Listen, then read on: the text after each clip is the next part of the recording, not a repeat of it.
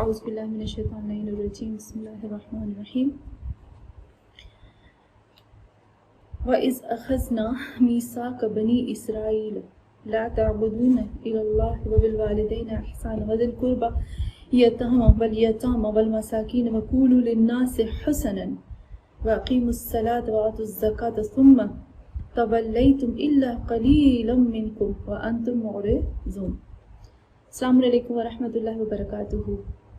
ہم اپنے اسی ٹاپک ہیومن سائیکولوجی کو لے کر النور چینل کی توسط سے آگے بڑھتے ہیں، اور میں نے ابھی آیت کی تلاوت کی سورہ بقرہ آیت نمبر 83، جو کہ بہت ہی خوبصورت آیت ہے۔ انشاءاللہ ہم اس آیت کی طرف آتے ہیں۔ میں چاہتی ہوں کہ یہ جو امام جعفر صادق علیہ السلام کی خوبصورت سی حدیث ہے، قیمتی، ایک بہت ہی ایکسپینسو حدیث ہے، جس نے ایک نچوڑ بیان کیا ہے ہیومن سائیکولوجی کا، انسان کے پورے دماغ کے، پوری لائف کے پارٹس کو امام نے اس نچوڑ کے اندر ڈال دیا، اس حدیث کے اندر ڈال دیا، اور میں سمجھتی ہوں کہ پورا نچوڑ امام نے بیان کر دیا۔ امام ہمیں بتاتے ہیں کہ اے لوگوں، اگر ہم نے اس حدیث کو سمجھ لیا نا، یہ جو میں حدیث بتاتی ہوں میں بہت ہی اس کو مختصر کر کے بیان کرتی ہوں، کیونکہ مجھے پتا ہے کہ ماشاءاللہ سے سب لوگ، ہم مسلمان سب ایسے ہیں کہ ہم ایک لفظ میں سمجھ جاتے ہیں۔ ہمارے علماء نے اتنا کام کیا ہے، ہر ٹاپک کے اوپر اتنا کام کیا کہ ہم صرف ایک لفظ بولتے ہیں، اور جو ہمارے مومنین ہیں وہ سمجھ جاتے ہیں کہ اس کے اندر کیا گہرائی ہے، کیا بات ہے۔ تو میں چاہتی ہوں کہ امام کی اس حدیث کو، جو کہ بہت ایکسپینسو ہے، جو کہ بہت قیمتی حدیث ہے، جو کہ بہت مشکل سے میں سمجھتی ہوں کہ ملتی ہے، کہ اس حدیث کے یہ جو سولجرز ہیں، عقل کے سولجر اور جہل کے سولجرز کو اچھے سے ہم سمجھیں، تاکہ ہم اپنی زندگی کو بہترین طریقے سے آگے سے اور آگے کی طرف ہم لے جا سکیں۔ میں آتی ہوں اگلے سولجرز کی طرف، اور انشاءاللہ یہ جو آج سولجرز بیان کرتی ہوں، اس کے بعد جو ہمارا ایک اور لیسن ہوگا، ایک اور لیکچر ہوگا، اس کے اندر ہمارے سارے سولجرز ختم ہو جائیں گے، اور پھر ہمیں 75 سولجرز مل جائیں گے، عقل کے اور جہل کے، اور پھر اس کے بعد ایک حدیث جو امام جعفر صادق علیہ السلام نے بیان کی، اس کو بھی ہم آگے بیان کریں گے۔ ہم آتے ہیں اگلے سولجرز کی طرف۔ امام نے جو ہمارے رہتے تھے سولجرز کے بعد امام فرماتے ہیں وَبِرُّ الْوَالِدَيْنِ، ابھی میں نے قرآن کی تلاوت کی، وَبِرُّ الْوَالِدَيْنِ وَزِدْهِ الْعُقُوقِ، اپنے والدین کے ساتھ نیکی کرنا۔ یہ سولجر عقل کہتی ہے اپنے والدین کے ساتھ نیکی کرو، وَزِدْهِ الْعُقُوقِ، اور نافرمانی اور عقوق والدین ہونا، یہ کیا ہے؟ یہ جہل کا سپاہی ہے، یہ جاہل کا کام ہوتا ہے کہ اپنے ماں باپ کی نافرمانی کرتے ہیں۔ عاقل اور عقل مند اپنے ماں باپ کی فرمانبرداری کرتے ہیں۔ اس ہی آیت سے میں اپنے جو میرا بولنے کا طریقہ ہے قرآن کے مطابق اس کو آگے لے کر جاؤں گی۔ پھر اس کے بعد جو سپاہی امام نے بیان کیا ہے وہ ہے الحقیقت وضدها الریا، یعنی جو تم سچ میں ہو، جیسے تم ہو ویسے ہی رہو، جیسے تم نماز پڑھتے ہو، جیسے تم بولتے ہو، جیسے تم کھاتے ہو، جس طرح سے تمہارا لائف اسٹائل ہے تم ایسے رہو، لیکن ریاکاری سے بچو۔ عقل کہتی ہے کہ تم نارمل رہو، جیسے تم ہو ویسے رہو، لوگوں کو دکھانے کے لیے اپنے آپ کو بدلو نہیں، یعنی لوگوں کے سامنے اور اندر سے، اور لوگوں کے سامنے بڑی دیر تک نماز پڑھنا، لیکن خود میں جلدی سجدے کر کے ختم کر دینا۔ ایک چھوٹی سی مثال ہے، پوری زندگی کو اگر ہم دیکھیں نا، تو پوری زندگی میں کتنی ایسی چیزیں ہماری ہوتی ہیں کہ جو ہم ریاکاری میں کر بیٹھتے ہیں۔ تو امام کہتے ہیں نہیں، بے وقوف کا کام ہے یہ ریاکاری کرنا۔ پھر والمعرفت وضدہ المنکر، نیکی کرنا، جتنی بھی نیکیاں ہیں نیکی کی طرف دوڑو، بھاگو، اور پھر برائی کی طرف بھاگنا جہل کا سپاہی، نیکی کی طرف بھاگنا عقل کا سپاہی ہے۔ وَالسَّتْرُ وَزِدْهُ الْتَبَرُّجِ، ابھی امام نے کہا اپنے آپ کو چھپا کے رکھو۔ اپنے کافی چیزیں ایسی ہوتی ہیں جیسے عورت کو حجاب کے اندر رہنا چاہیے، صرف عورت کا حجاب نہیں ہے بلکہ مرد کے لیے بھی کچھ ایسے اصول اور قانون ہے، اس کو بھی جو اللہ نے حجاب مرد کے لیے رکھا ہے، نظروں کا حجاب، جو عورت کے لیے حجاب رکھا ہے، اللہ کہتا ہے، امام فرماتے ہیں کہ اس طرح سے اپنے آپ کو چھپا کے رکھنا، یہ کس کا کام ہے؟ یہ عقل مند کا کام ہے۔ تبرج، اپنے آپ کو ظاہر کرنا، دکھانا، تبرج کا مطلب برج نہیں۔ آپ نے دیکھا ہوگا، میں کبھی کبھی ایئرپورٹ پہ جاتی ہوں تو میں عجب ہو جاتی ہوں، پتہ نہیں مجھے نہیں اچھا لگتا یہ چیز کہ اتنا اتنا اتنا میک اپ ہوتا ہے کہ آنکھ اور پتہ نہیں کیا کیا کیا کیا، اور بال اتنے اوپر کیے ہوئے ہوتے ہیں اور اوپر سے اسکارف پہنا ہوتا ہے. یہ کیا ہے؟ تبرج ہے. عجیب سی حالت ہو جاتی ہے نا. ویسے بھی تبرج میں انسان بہت خوبصورت نہیں لگتا، نیچرل بیوٹی جو ہوتی ہے وہ اللہ کو بھی پسند ہے. تو یہاں کہا وَالسَّتْرُ وَضِدُّهُ التَّبَرُّجُ، اور پھر وَالتَّقِيَّةُ وَضِدُّهَا الْإِزَاعَةُ. تقیہ کا مطلب ہوتا ہے کہ متقی ہونا. ابھی متقی ہونے کی میں نے بہت زیادہ اس کی میننگ بھی بتائی ہے. وقع، اس کے روٹ ورڈز ہوتے ہیں وقع، بچاؤ، نگہداری کرو، حفاظت کرو اپنی ذات کی، اپنے آپ کو بچاؤ، محفوظ رکھو اپنے آپ کو اللہ کے غضب سے، اللہ کے غصے سے، اللہ کی دوری سے، اللہ کی ناراضگی سے. یہ عقل مند کا کام ہے. اور بے وقوف کا کام کیا ہے؟ بے وقوف کیا کرتا ہے؟ وہ اذاعت، نافرمانی کرتا ہے. اس کو پڑی نہیں، اس کو کوئی پرواہ ہی نہیں کہ میرا اللہ مجھ سے ناراض ہوتا ہے کہ نہیں ہوتا. پھر اس کے بعد جو سپاہی آتا ہے والانصاف وضدها الحمیمۃ، اور اس کا یہی کہ انصاف کرنا، جو حق اور حقیقت ہے اس کے ساتھ دینا، اور اس کا ضد کیا ہے؟ حمیمہ، باطل کا ساتھ دینا. وَالتَّحِيَّةُ وَضِدُّهَا الْبَغِيَّةُ، اور تحیہ اتنا، یہ تو امام نے بہت ہی خوبصورت بتایا. کاش ہماری سوسائٹی، ہمارے معاشرے میں کاش یہ چیز آ جائے، اللہ کرے یہ چیز آ جائے. وَتَحِيَّتُهُ، یعنی اپنے آپ کو سجاؤ، تیار کرو، خوبصورت بناؤ اپنے ہم سفر کے لیے. اپنے اگر عورت ہے تو عورت کو چاہیے کہ اپنے شوہر کے لیے اپنے آپ کو تیار کرے، اور اگر بیوی ہے تو اس کو چاہیے، شوہر کو چاہیے بیوی کے لیے، بیوی کو چاہیے کہ وہ شوہر کے لیے اپنے آپ کو تیار کرے. خدا کو یہ بہت پسند ہے. یہ گھروں کے ٹوٹنے سے بچانے کی ایک چیز ہے. اور امام بہت ہی تاکید کرتے ہیں، احادیث میں بھی بہت ملتا ہے کہ شوہر کو چاہیے کہ وہ اپنی بیوی کے لیے اپنے آپ کو ریڈی رکھے، تیار رکھے، اپنے آپ کو پرفیوم لگائے، اپنا جیسے بھی ہوتا ہے عورت کو بھی چاہیے اس طرح سے تیار رہے.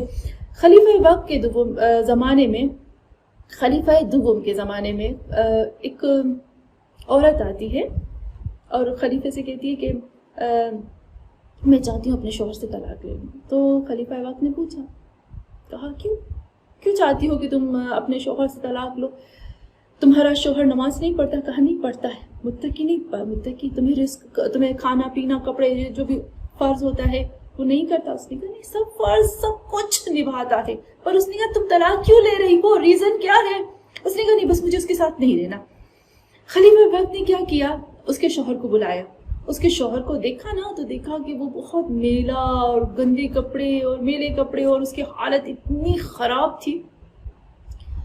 اس نے حکم دیا کہ اس کے بال کٹواؤ، اس کو تیار کرو، اس کو یہ کرو وہ کرو. جب اس کے شوہر کو تیار کیا گیا تو پھر کچھ دن کے بعد اس عورت کو بلوایا، کہا ابھی ہم طلاق کا صیغہ جاری کریں؟ اس نے کہا نہیں، مجھے اپنے شوہر سے طلاق نہیں لینی ہے. تو یہاں پر امام بھی فرماتے ہیں کہ مرد کو چاہیے اپنی بیوی کے لیے، بیوی کو چاہیے اپنے شوہر کے لیے اپنے آپ کو تیار رہے. وَضِدُّهَا بَغِيَّةٌ، اس کا ضد کیا ہے؟ بغاوت کرنا، اس کے الٹ ہو جانا. اپنے شوہر، اپنی بیوی کے لیے نہیں بلکہ دوسروں کے لیے تیار ہونا، یہ کیا ہے؟ یہ جہل کا سپاہی ہے. پھر ہے نظافت، وَضِدُّهَا الْقَذَرُ، نظافت، اپنے آپ کو پاک صاف کلین رکھنا، اور اس کا ضد کیا ہے؟ اپنے آپ کو نجس اور گندا رکھنا. وَالْحَيَاءُ وَضِدُّهَا الْجَعْلُ، حیاداری ہونی چاہیے. انشاءاللہ کبھی اللہ نے موقع دیا تو اس حیا پر ایک پورا لیکچر کریں گے کہ حیا ہوتی کیا ہے، حیا کی میننگ کیا ہے، حیا کے اصل ورڈ کیا ہے. حیا، شرم، اور اس کا ضد کیا؟ بے حیائی. والقصد وضدها العدوان، اور قصد کرنا یعنی میانہ روی رہنا، متوسط رہنا، یعنی افراط اور تفریط کے اندر نہیں جانا. اور پھر اس کا ضد کیا ہے؟ عدوان، اپنی لمٹ کو کراس کر دینا. اللہ نے جو لمٹ رکھی ہے نا اس کو کراس کر دینا. قصد، اللہ نے جو ہمیں مقصد دیا ہے زندگی کا، اسی مقصد پر چلتے رہنا، اور اس مقصد سے ہٹ جانے کو کہتے ہیں عدوان.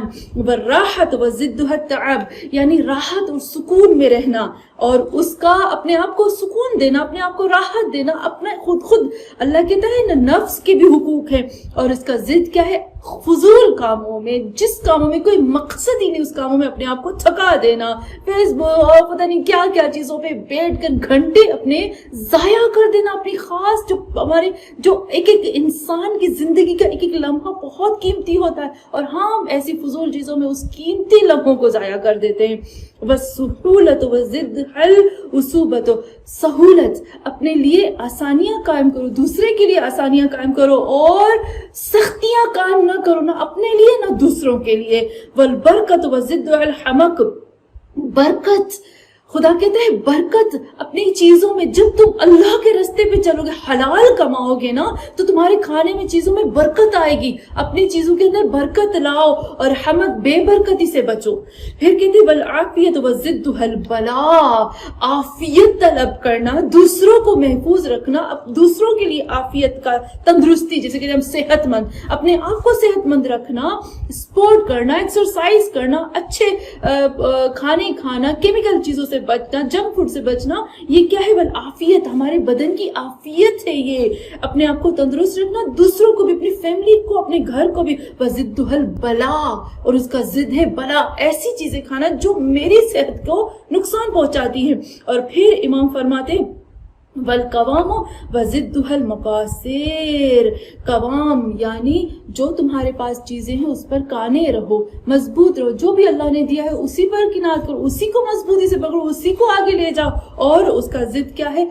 زیادہ طلب کرنا، حرص، لالچ، ہوس، مجھے اور چاہیے اور چاہیے اور چاہیے، جو کہ خداوند عالم کو ہرگز پسند نہیں ہے۔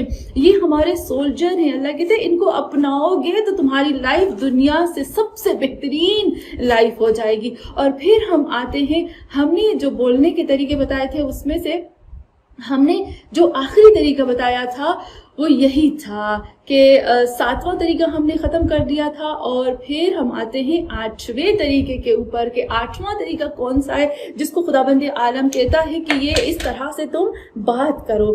تو 8واں طریقہ ہے وَقُلْ لَهُمْ وَأَخَا هَارُونَ۔ سورہ قصص کی آیت نمبر 34 میں خداوند عالم کہتا ہے وَأَخَا ہارون هُوَ أَصْفَحُ مِنِّي لِسَانًا فَأَرْسَلَهُ مَعِي، یعنی حضرت ہارون کے لیے حضرت موسیٰ کہتے ہیں اللہ سے، اے اللہ تم کہتے ہو نا کہ فرعون کے پاس جاؤ تو ہم جانے کو تیار ہیں، پر اے اللہ ہارون جو ہے نا اس کی زبان بہت فصیح ہے، بہت کھلی ہوئی ہے، بہت واضح ہے، بہت کلیئر ہے، بہت صاف ہے، جو بولتا ہے نا اس کے ایک ایک لفظ موتیوں کی طرح ہوتے ہیں۔ تو اے اللہ وَأَخَا هَارُونَ هُوَ أَصْفَحُ مِنِّي، میرا بھائی فصیح ہے بولنے میں، لساناً اس کی زبان سے، اس کی زبان اتنی کلیئر ہے، فَأَرْسَلَهُ مَعِي، بس اس کو بھیجو میرے ساتھ۔ تو یہاں پر اللہ نے جو 8واں طریقہ ہمیں بتایا ہے بولنے کا، وہ کہتے ہیں فصیح بولو، کلیئر بولو، صاف بولو، واضح بولو۔ اور پھر اس کے بعد جو پروردگار عالم 9واں طریقہ، 9th طریقہ جو اللہ ہمیں بتاتا ہے وہ یہ ہے کہ قولوا للناس حسنا، کہ اللہ کہتا ہے لوگوں کے ساتھ بات کرو، خوبصورت بات کرو۔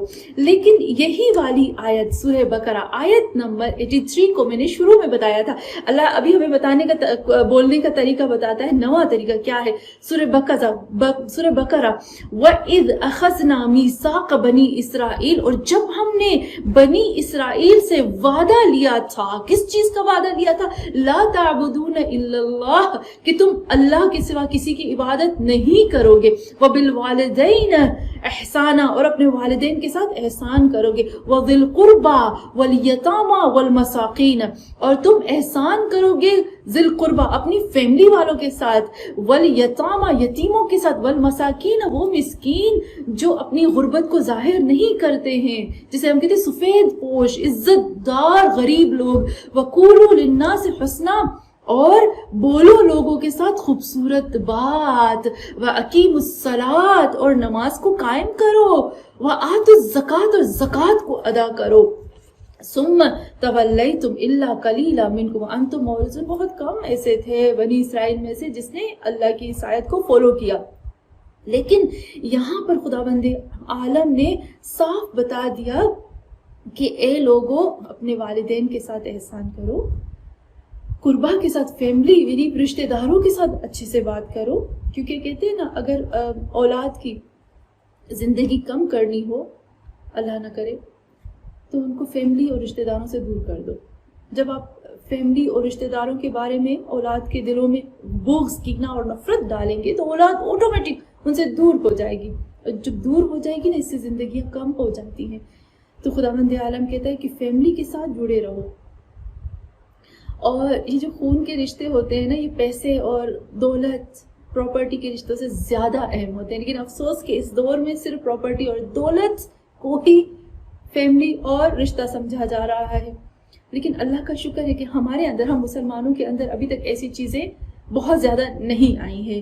تو پھر آتے ہیں والقربا والیتامی، یتیموں کو بھی دیکھو، والمساکین، وہ غریب جو سفید پوش ہیں ان کو بھی دیکھنا چاہیے. وقولوا للناس حسنا، لوگوں کے ساتھ بات کرو بہت ہی خوبصورت بات. اللہ کو پسند ہے کہ بیوٹیفل بات کرنا.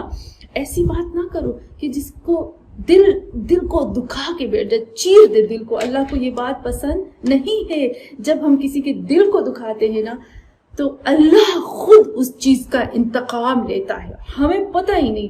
انشاءاللہ میں آہستہ آہستہ احادیث کی طرف آؤں گی اور احادیث میں بتاؤں گی کون سی ایسی چیز ہے جس کی وجہ سے نعمتیں چھن جاتی، کون سی ایسی چیز ہے جن کی وجہ سے ڈپریشن آتا ہے، کون سی ایسی چیز ہے جس کی وجہ سے خدا انتقام لیتا ہے. اور ایسا انتقام کہ اللہ لوگوں کو، انسانوں کو بھنک بھی نہیں لگنے دیتا کہ میں کس طرح سے اس کا انتقام لے رہا ہوں. پھر ہم آتے ہیں نواں طریقہ، جو بولنے کا 9 طریقہ ہے، وہ یہ ہے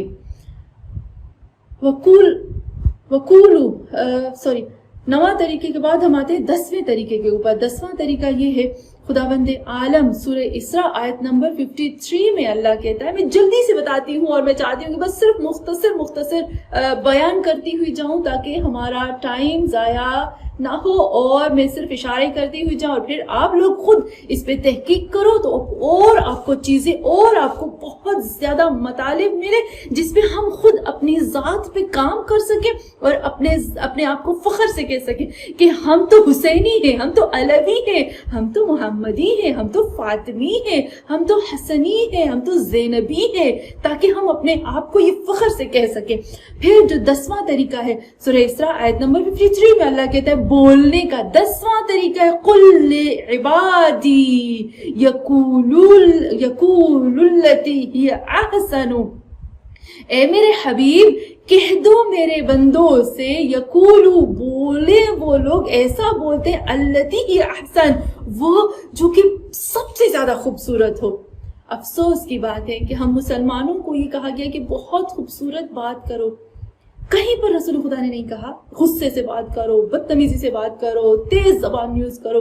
لیکن یہ چیزیں کہاں سے آئی ہیں ہمارے اندر، ہمارے مذہب میں یہ چیزیں کہاں سے آئی ہیں؟ ہمیں نہیں سمجھ میں آتا کہ یہ چیزیں ہم نے کہاں سے کریٹ کی ہیں، جو نہ ہمارے رسول نے بتایا، نہ ہمارے امام مولا کائنات امیر المومنین نے بتایا، نہ ہماری بی بی فاطمۃ الزہرا نے بتایا. نہیں پتا یہ چیزیں کہاں سے ہمارے دھرم میں، ہمارے مذہب میں، ہمارے دین میں آ گئی ہیں. اس کے بعد خداوند عالم کہتا ہے کہ 11واں طریقہ بولنے کا، وَقُولُوا لَهُمْ قَوْلًا مَعْرُوفًا، تم لوگوں سے بات کرو ایسی بات جو شائستہ ہو، جس کے اندر نیکی چھپی ہوئی ہو، جس کے اندر اچھے لفظ چھپے ہوئے، ایسی تم بات کرو لوگوں کے ساتھ. تو یہاں پر رسول خدا صلی اللہ علیہ وآلہ وسلم ایک حدیث بیان کرتے ہیں کہ صبح کے وقت تمام جسم کے اعضاء جب صبح ہوتی ہے زبان سے کہتے ہیں خدا کے واسطے کوئی ایسا کام نہ کرنا جس کی وجہ سے ہمیں تکلیف ہو. کتنا خوبصورت ہمیں بیان کیا گیا ہے کہ دیکھو اپنی زبان کو تیکھا مت کرو، تیز مت کرو، اچھا بولو، حسن بولو، کیونکہ قرآن زبان جو ہے وہ قرآن کا رستہ ہے. انشاءاللہ اسی ٹاپک کو آگے لے کر ہم اور سپاہیوں کو بیان کریں گے اور سپاہیوں کو نیکسٹ درس میں ختم کر دیں گے. صلی اللہ علیہ محمد وعلی آلہ طیبین الطاہرین.